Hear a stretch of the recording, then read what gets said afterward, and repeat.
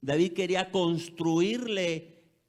edificar templo a Jehová, dice la cita bíblica, pero Dios no se lo permitió. En cambio le dijo, lo hará tu hijo Salomón. Entonces ya Salomón, estando en el trono como rey, se dispone y entonces hace la planeación para edificar el templo en Jerusalén. Este primer templo en Jerusalén no era una tarea sencilla, requirió múltiples hombres. Usted puede leer ahí que al menos 70,000 hombres se involucraron para preparar los materiales.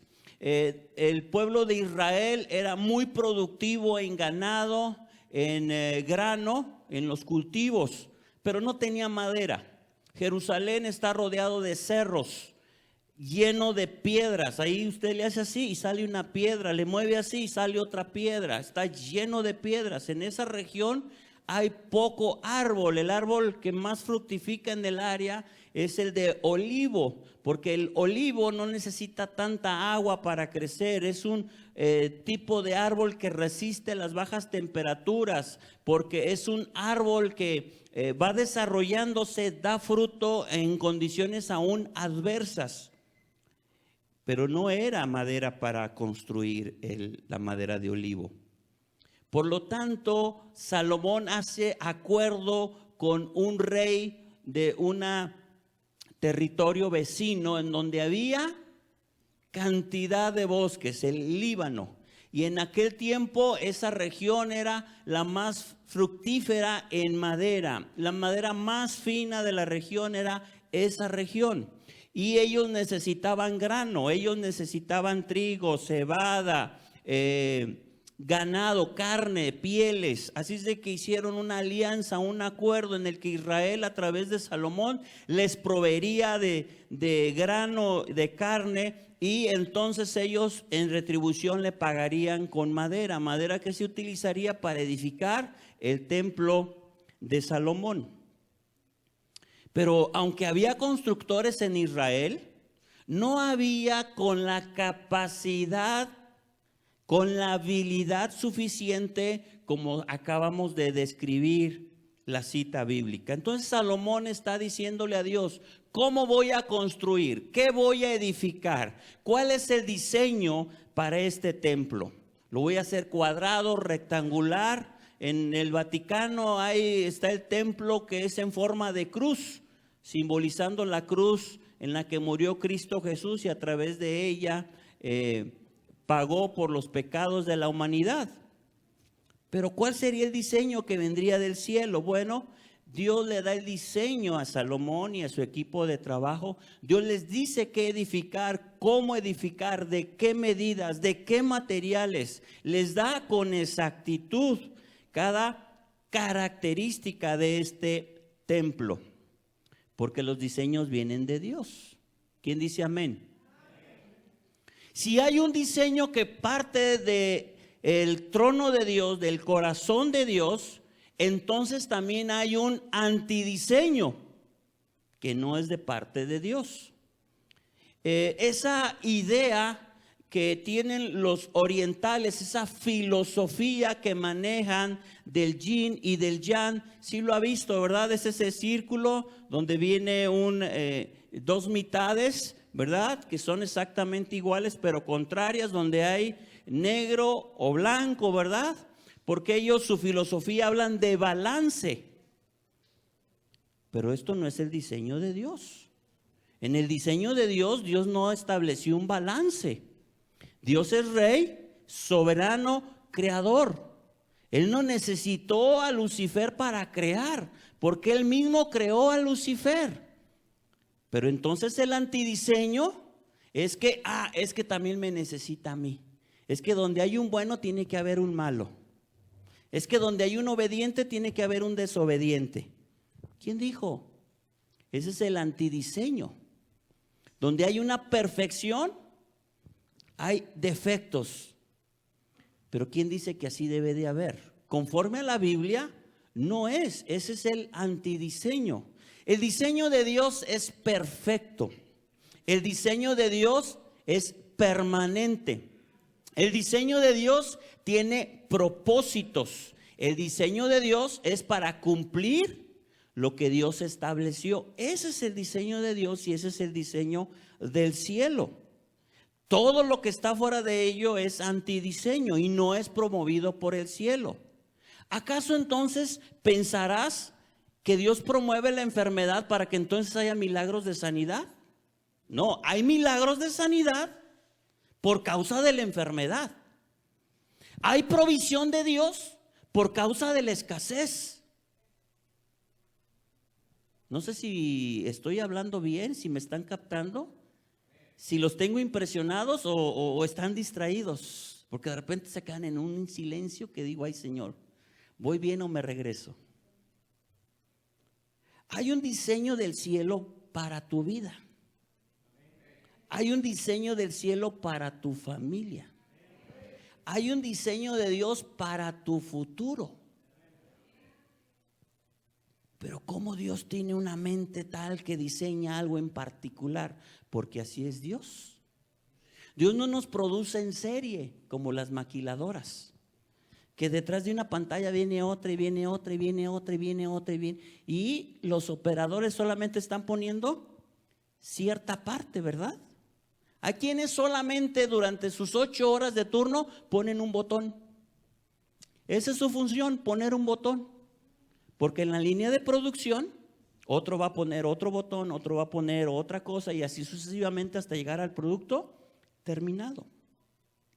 Dios no hace eso.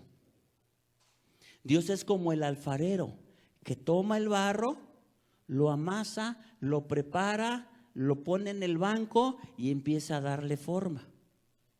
Y aunque tú puedas ver una creación en barro parecida a la otra, no es igual. Es parecida, pero no es igual, porque es una creación única. Tú eres una creación única. Tú tienes un diseño del cielo.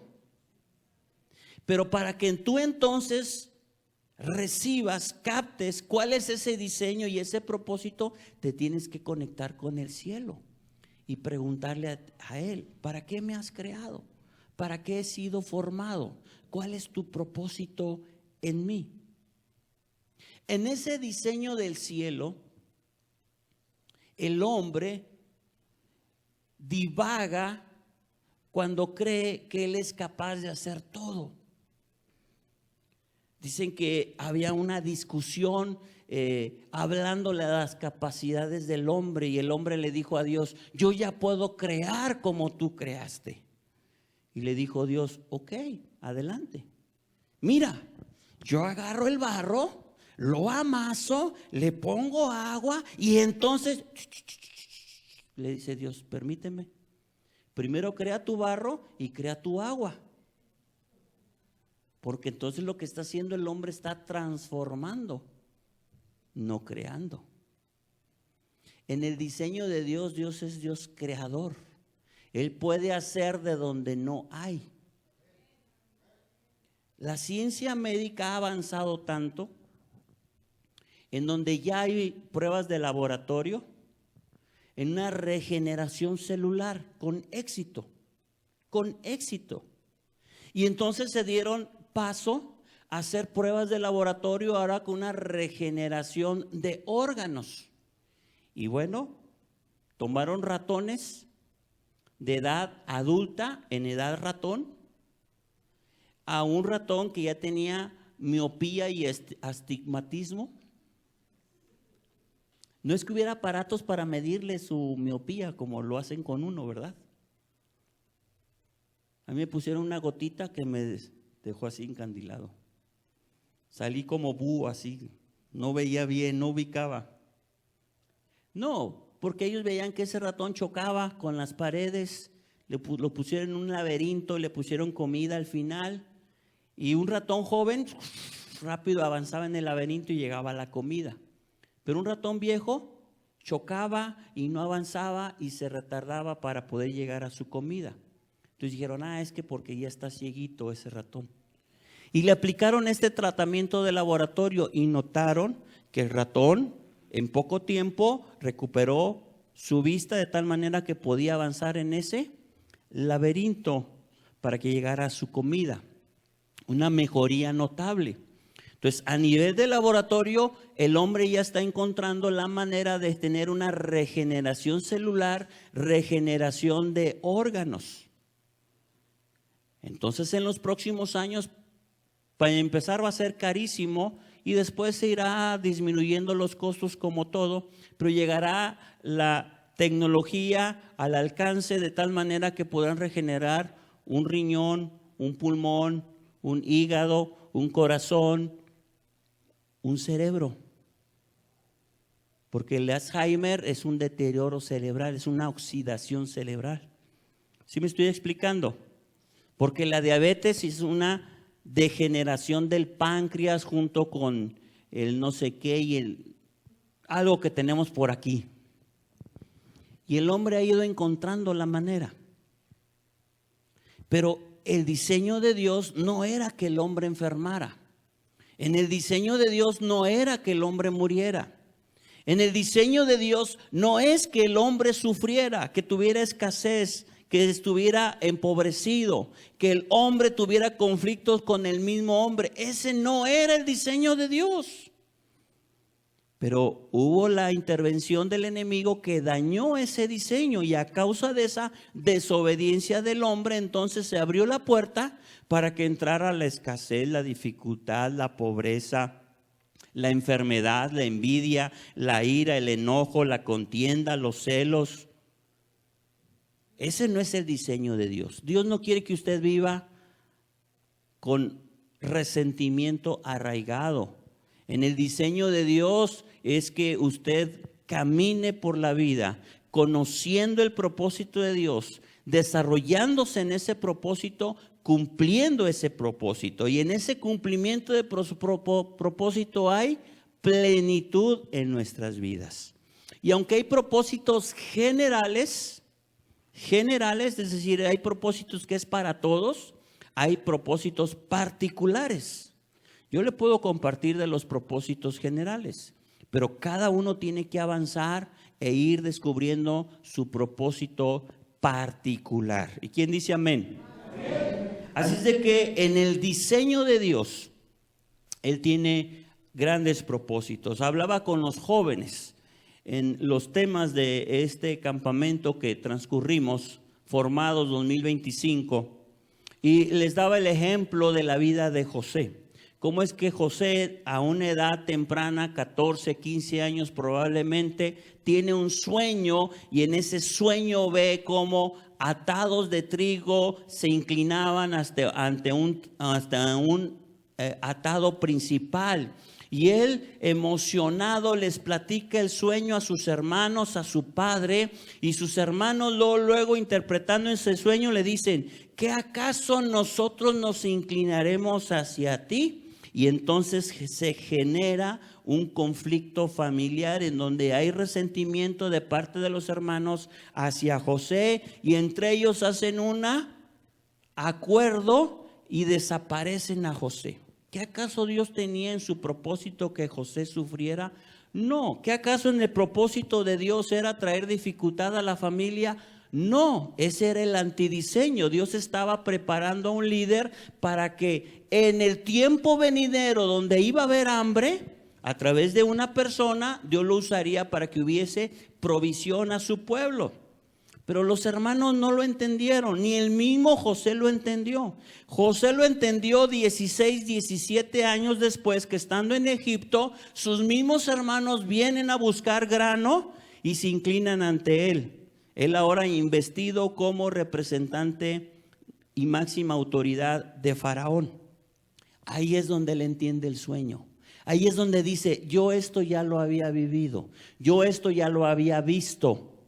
Dios me lo reveló en el pasado, pero todo lo que tuvo que pasar para llegar a ese momento no fue en el diseño de Dios, fue en el antidiseño de Dios. Dios tiene un diseño para ti en el que no es necesario que sufras, que padezcas, que luches. Sí que obedezcas, sí que uses la palabra, sí que te conectes con Él, porque ese es el diseño que leemos aquí, que es el de Dios. Ahora con la tecnología es muy fácil de entender, ¿verdad? ¿Por qué? Porque si no tienes Wi-Fi en tu casa, ¿qué es lo que pasa con tus datos? Se acaban. ¿Qué creen que pasa con los muchachos en el campamento? Pastor, ¿hay Wi-Fi? Pastor, ¿hay Wi-Fi? Sí, pero solamente para unos cuantos. No se crea. Era parte del propósito que se desconectaran. Pero bien rápido que le hablaron. Mamá, ¿me recargas porque me quedé sin saldo? Y la mamá de volada les cargó para que el niño estuviera conectado ahí, entretenido en el TikTok. ¿Sí me estoy explicando? Ahora con la tecnología es fácil de entender que si no estás conectado con Dios, no vas a poder ver, no vas a poder descargar, no vas a poder visualizar, no vas a poder estar enterado, no vas a poder estar actualizado. Tienes que estarte conectando con el que diseñó tu vida y el que diseñó tu familia. Hace unos años, mi esposa y yo ya cumplimos nuestros 27 años de casados. Y hace unos años atrás me preguntó, oye, ¿tú crees que Dios en su propósito era que nosotros estuviéramos juntos? Sí. Sí. No abras tu mente a pensar que ¿será otra la mujer que Dios tenía para el guapo marido que tengo? Sí, sí era así. Porque el antidiseño, ¿verdad? Es, yo creo que me equivoqué, entonces voy a buscar en otro lado porque hay cositas que no me gustan. Eso es antidiseño de Dios. Porque en el diseño de Dios los une y es para toda la vida. Es que yo no voy a tener hijos. Ese no está en el diseño de Dios, el que no tengas hijos.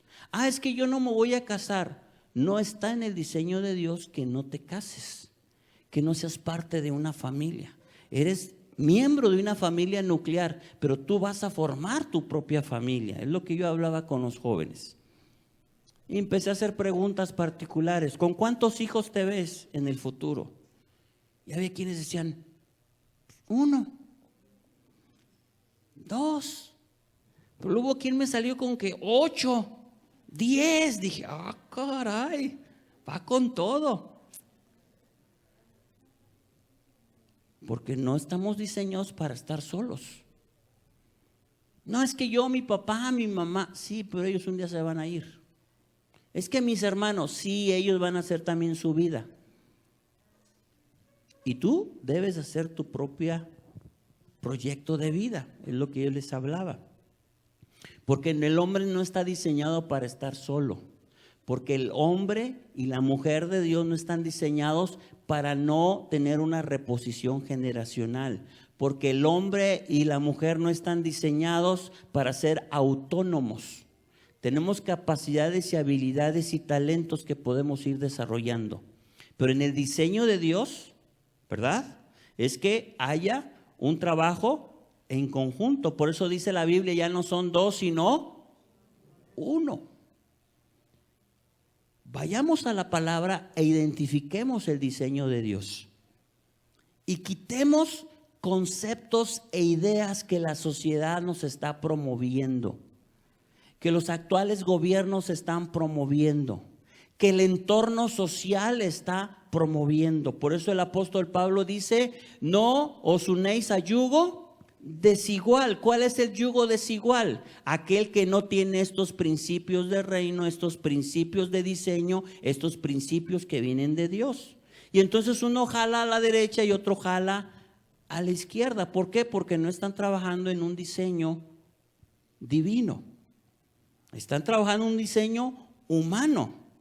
Es que mi mamá me enseñó, es que mi papá me decía. Pero ahora en Cristo tienes que entrar a este diseño, no al diseño familiar nuclear.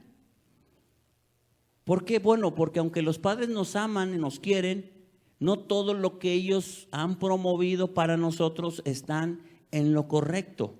Si no están en Cristo, no están en lo correcto.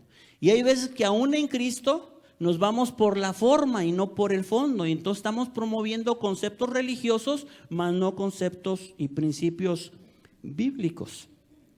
Por eso tenemos que ir a la palabra. Ahora, ¿cuándo tenemos que ir a la palabra? Todos los días.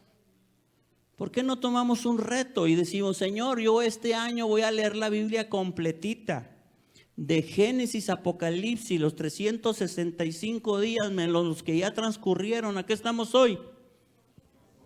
Ya nomás nos quedan 360 para leer toda la Biblia. Hay Biblias que ya vienen con su programa de lectura para que usted lo lea a lo largo del año. Hay también electrónicamente, ¿verdad? Usted puede elegir uno y entrar a leer.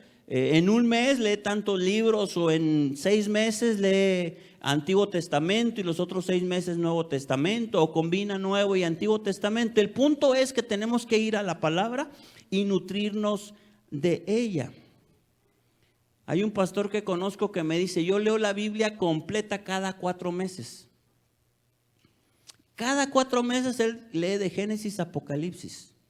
Hay otro pastor que le decía, Señor, yo quiero ser un instrumento tuyo. ¿Qué quieres que yo haga? Y el Señor le decía, lee la Biblia. Y él la leía. Y luego venía el Señor y le decía, Señor, yo quiero ser instrumento tuyo. ¿Qué quieres que haga? Lee la Biblia. Pero sí la leo. Y en una oportunidad, en una campaña, una gran campaña donde él asistió, tuvo la oportunidad de acercarse con el evangelista que en esa noche estaba a cargo de la campaña. Y le dijo, yo quiero servir a Dios y yo quiero ser instrumento en las manos del Señor. ¿Qué tengo que hacer? Y él estaba atento, esperando que él le diera toda una cátedra de lo que tenía que hacer para llegar a ser ese instrumento en las manos de Dios. Y solamente volteó y le dijo, pues lee tu Biblia. Algo que es tan fácil y tan práctico y tan sencillo de comunicar, es tan difícil de hacer. Porque hoy leí y no le entendí nada, pero tuve la disciplina para hacerlo. Y al siguiente día volví a leer y la pregunta que tenía se amplió y no recibí respuesta. Pero conforme usted vaya yendo a la palabra, usted se está nutriendo y alimentando de ella, que va a llegar el momento donde salga esa palabra de la cual se está alimentando. En los diseños de Dios, Dios quiere que no fracasemos. Dios quiere que no nos frustremos. Dios quiere que no estemos en padecimiento, en aflicción. Pero caemos en ese cuadro precisamente porque no cumplimos y venimos a alimentarnos de su palabra. En el diseño de Dios, entonces, es que de generación a generación conozcamos sus obras y sus maravillas. Y si mi padre fue instrumento en las manos de Dios, Él quiere que yo también sea instrumento en sus manos. Y si yo soy instrumento en sus manos, que también mis hijos sean instrumentos en las manos del Señor. ¿Vamos bien? Hay un diseño de Dios para tu vida. En el grupo o en el equipo del campamento que le hicieron un anagrama, así se llama, es decir, que pusieron la inicial de cada uno de ellos y formaron una palabra, ¿verdad? Eso se llama anagrama. En ese equipo, digo yo, aquí hay varios creativos, porque para empezar aportaron su inicial y luego buscaron la forma de darle un nombre. ¿Sí me estoy explicando? Dije, aquí hay varios creativos. Quiere decir que para ellos el estudiar una licenciatura en donde tengan que diseñar, dibujar, planear, organizar, es lo que se les va a dar. ¿Por qué? Porque tienen esos dotes y esas habilidades. ¿Sí me estoy explicando? Porque qué difícil es trabajar 8 horas al día en algo que no te gusta, en algo que te molesta, en algo que te genera conflicto. Si de por sí no tienen que pagar para que lo hagamos, ahora haciendo algo que no nos gusta, quiero cobrarlo doble. ¿Sí me estoy explicando? Pero cuando tú estás haciendo algo que te gusta, lo haces y lo haces de buena manera y das el extra y llegas temprano y te vas tarde y aportas y crece y brillas. Y más de uno te dice, qué excelente trabajo, te quedó muy bien, te felicito. Tenemos que acostumbrarnos a que nos hablen de esta manera, porque estamos caminando en el diseño de Dios. ¿Amén o no amén? La explicación o la palabra a los hijos diciéndoles, estudia lo que tú quieras, es debatible, porque el muchacho todavía no se conoce a sí mismo. Entonces, como yo no sé, tengo una gran incertidumbre, tengo un acertijo, no sé, me siento que choco, que no avanzo, tengo más preguntas que respuestas. Y muchas de las veces los papás lo hacemos para decir, haz algo, hijo, lo que quieras hacer, pero haz algo. Pero ahí donde los padres nos tenemos que sumar y decirle, mira, yo te veo capacidades en esto, en esto, en esto, en esto. Yo ayer le decía a los jóvenes, yo te veo así, años hacia adelante, yo te veo de esta manera, y les describía un posible futuro, y más de uno decía, sí, yo quiero ese futuro. ¿Sí me estoy explicando? Porque tenemos que irlos direccionando, irlos guiando, impulsándolos. Cada hijo es diferente. Escuchaba una conferencia sobre administración y un asesor de administración decía, padres, no involucren a sus hijos en el negocio. Y dije, a ver, eso me interesa escuchar. ¿Por qué? Y él decía, porque su hijo tiene que encontrar su propio camino. Y si usted lo mete al negocio, ya lo está encasillando en algo que tiene que hacer, porque esa es su visión de vida, de economía, de proyecto laboral. Y a lo mejor su hijo no quiere eso y lo va a frustrar y va a haber conflictos familiares. Y entonces al escuchar yo eso, yo decía, pues tiene razón por esto, por esto, por esto, por esto. Pero no tiene razón, porque entonces los padres, dice la Biblia, que son para traer herencia a los hijos. Es decir, lo que tú has logrado, de ahí tú impulsas a tu hijo para que él logre más allá de lo que tú has logrado. Me estoy explicando. Que él no enfrente lo que tú enfrentaste, sino que tú le provees condiciones y medios para que de ahí parta y entonces llegue a mayor altura y a mayor longitud. ¿Amén o no amén? Por supuesto que ese pensamiento y esa forma de ver la vida y los proyectos de vida son debatibles, pero ¿qué dice la palabra? ¿Qué dice la palabra? ¿Usted se imagina a un José, en donde, a un Jesús y a un José, donde José le decía, mira a Jesús, así se corta la madera? Ah, no, pero yo quiero ser herrero, yo carpintero no, es que la viruta sabe que me da ensuciarme cuando se elija. No, a mí la madera no. Yo quiero ser herrero. ¿Usted se imagina eso? No. Y aunque no habla mucho de la vida secular de Jesús, pero si usted empieza a imaginar, usted imagínese a un José trabajando la madera y a un Jesús parado viéndolo. ¿Verdad que se aprende de ver? Y luego de repente José voltea y le dice, ayúdame, deténle aquí.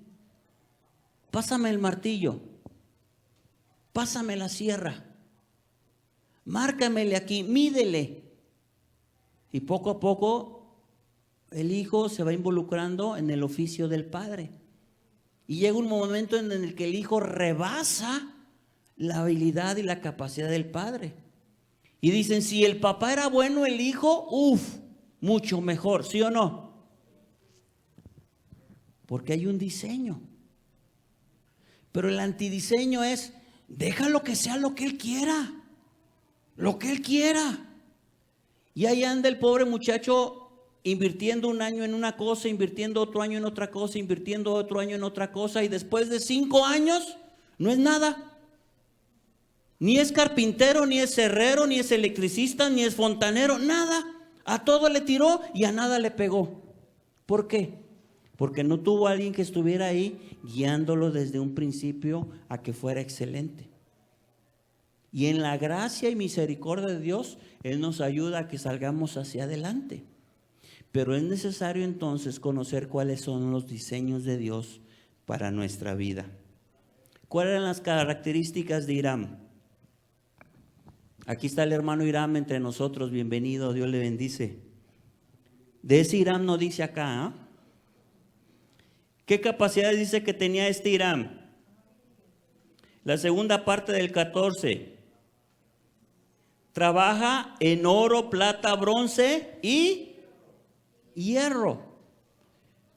Eran los metales que se utilizaron para la construcción, para los ornamentos del templo. Esa capacidad de Hiram. Hiram no era del pueblo de Israel. Descendía, ¿verdad? Porque su mamá, ¿de dónde era? De la tribu de Dan.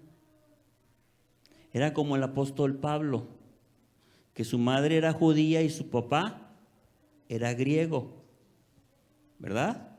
Es decir, si los padres no habían entendido que no se debían de unir a yugo desigual, porque que una judía se casara con un griego era yugo desigual. Que una hija de Dan se casara con un hijo de Tiro era yugo desigual. Pero aunque había yugo desigual, se manifestó el propósito de Dios en la vida de Hiram. ¿Amén o no amén? Quiere decir que tu origen no define tu propósito. ¿Va? ¿Otra vez? Tu origen no define tu propósito. El rey David dijo, en pecado me concibió mi madre. Porque David mismo fue producto del adulterio de su padre Isaí. Entonces, era lo que ahora la sociedad le describe como, ¿cómo le dicen? Ayúdenme. Aventura. Cana al aire. Un desliz. ¿Qué más? Y más cruel, un acostón. Casa chica. Hijo fuera del matrimonio. Adulterio. Bastardos. Son crueles, ¿verdad? Esas descripciones. Pero eso era David. Cuando Samuel va a casa de Isaí, le dice, convoca a tus hijos porque voy a visitarlos. Y ahí los tenía todos juntitos. Y eran guapos. ¿Por qué? Porque Samuel dice, lo describe en el libro de Samuel, describe al muchacho y lo vio de buen parecer. Y dijo, es este. Le dijo el Señor, no, tú ves lo de afuera. Quiere decir que lo de afuera impresionó a Samuel. ¿Sí me estoy explicando? Y no es que le gustaran los hombres. Pero el Señor le dijo, no, no es ese. Y el segundo, y el tercero. Y ella dijo, ¿estos son todos tus hijos? Bueno. ¿Qué dijo Isaí? Tengo uno que está allá. ¿Usted cree que la madre haya admitido que estuvieran sus hijos ahí sin el menor? Su misma madre le haya dicho, falta mi Davidcito, ¿verdad? Pero yo creo que la madre le dijo, ¿vas a juntar a tus hijos? Sí, el profeta dijo que venía, el juez dijo que venía, el sacerdote dijo que venía. Yo aquí no quiero a David, Entonces imagina a la señora así. Yo aquí no quiero a David. Porque David, ¿qué representaba? El engaño del marido. Yo aquí no quiero a David. Que ni venga, no lo quiero ver. Digo, así no dice la Biblia, yo le estoy poniendo interpretación, le estoy poniendo sabor a la historia. Y a lo mejor le dijo a una de las hijas: ay, tu papá que va a juntar a toda la familia, yo no sé para qué, pero ya le dije que yo aquí a David no lo quiero. Y la hermana, la hija: ay, qué bueno mamá que no vino. Sí, yo no sé para qué viene aquí el juez. A lo mejor algo hizo mi papá, pero está bien que no esté David. Entonces era una familia en conflicto. ¿Quién diría que de ahí saldría el próximo rey de Israel? ¿Y quién dice amén? Tu origen no define tu diseño.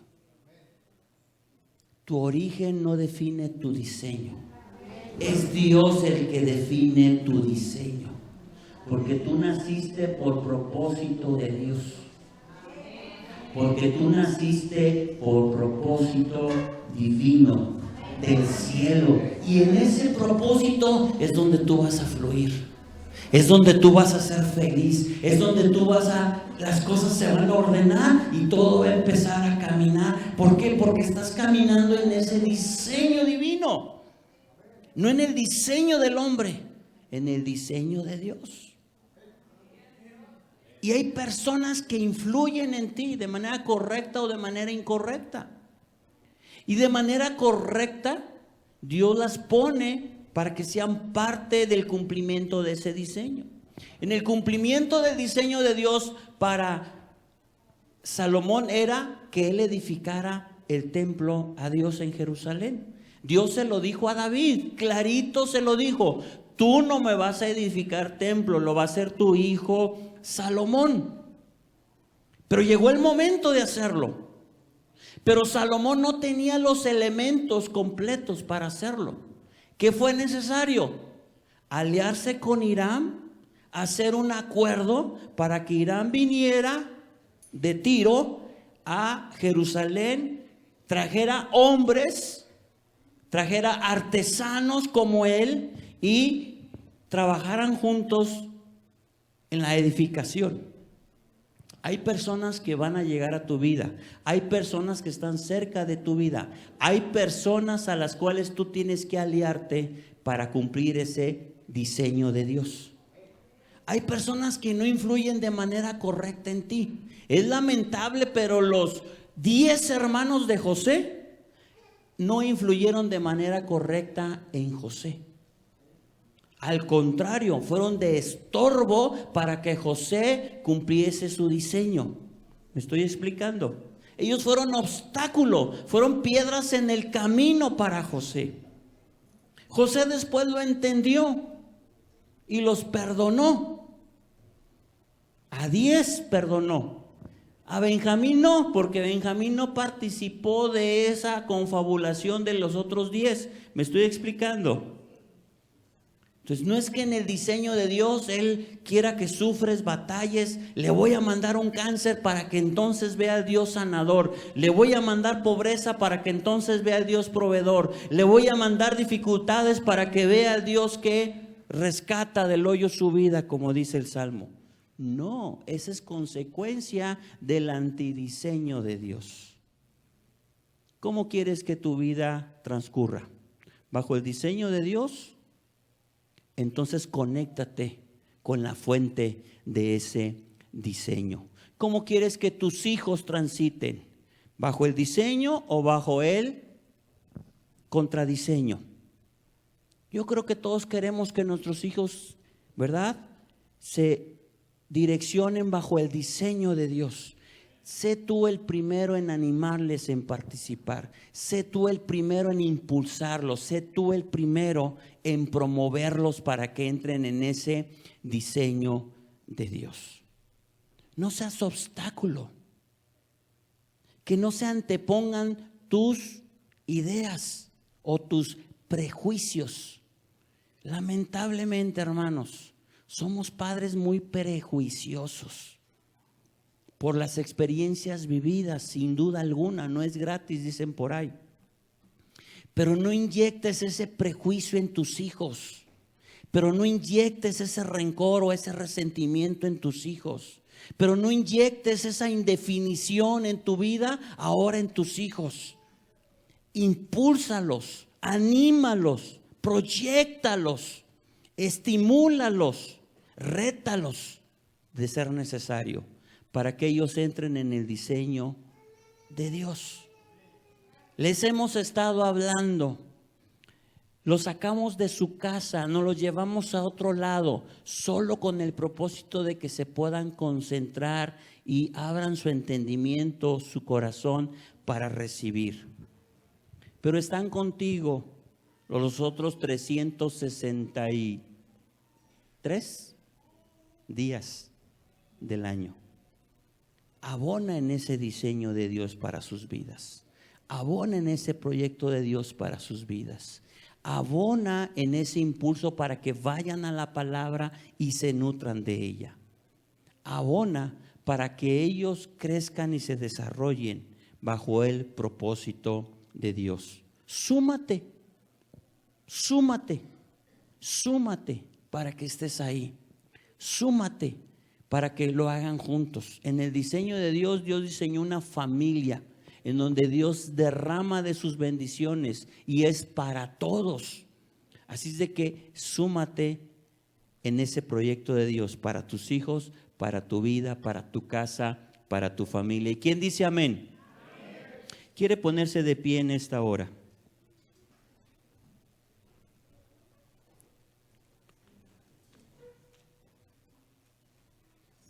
Mira lo que dice la Escritura.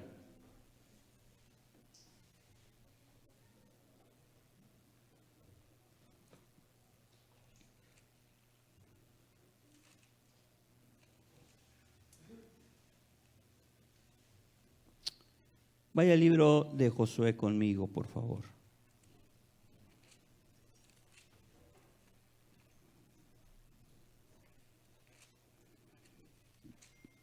No marqué el texto, pero espero encontrarlo.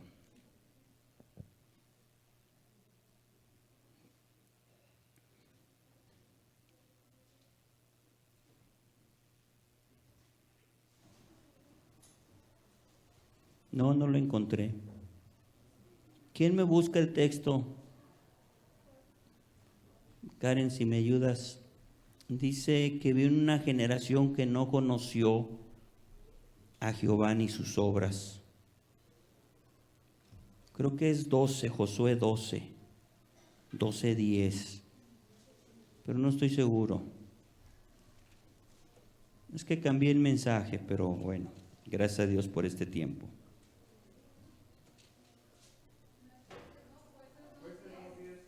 Jueces, no Josué. Jueces. Muy bien, estaba errado en el libro. ¿Jueces qué? 2:10. Vayan conmigo, por favor.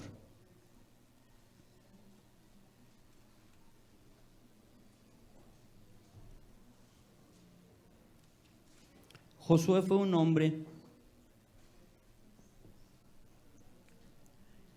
que su origen no definió su diseño, porque nació en esclavitud. Él desde que nació vio esclavitud en su entorno, pobreza, escasez. En ese contexto creció Josué.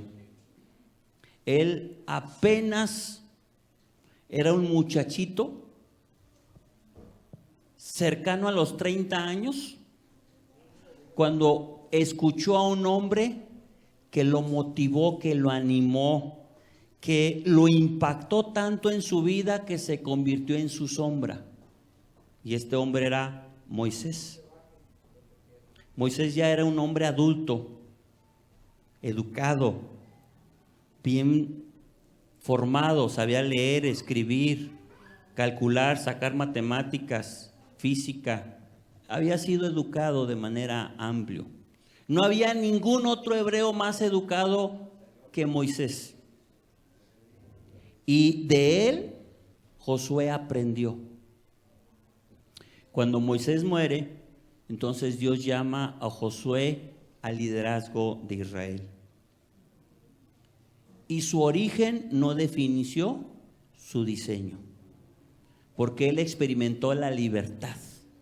Él experimentó, ¿verdad?, no continuar en esclavitud. Sus mismos hijos nacieron en libertad, ya no como él había nacido. Sus mismos hijos crecieron viendo la provisión, la bendición de Dios. Ellos estuvieron ahí cuando Dios les dio maná del cielo, cuando les puso la lumbrera en la oscuridad, cuando abrió el mar en dos para que pasaran en seco. ¿Me estoy explicando? Y Josué hizo todo lo que estuvo en su mano, pero murió.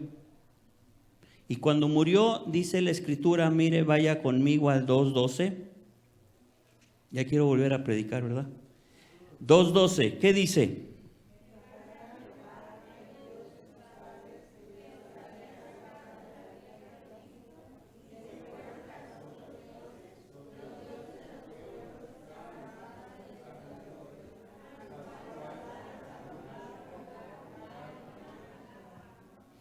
El 13 dice, y dejaron a Jehová y adoraron a Baal y Astarot. Se fueron contra el diseño de Dios, no habían sido diseñados así. Pero ¿dónde estuvo el problema? Mire el 11. El 11, 2:11, ¿qué dice?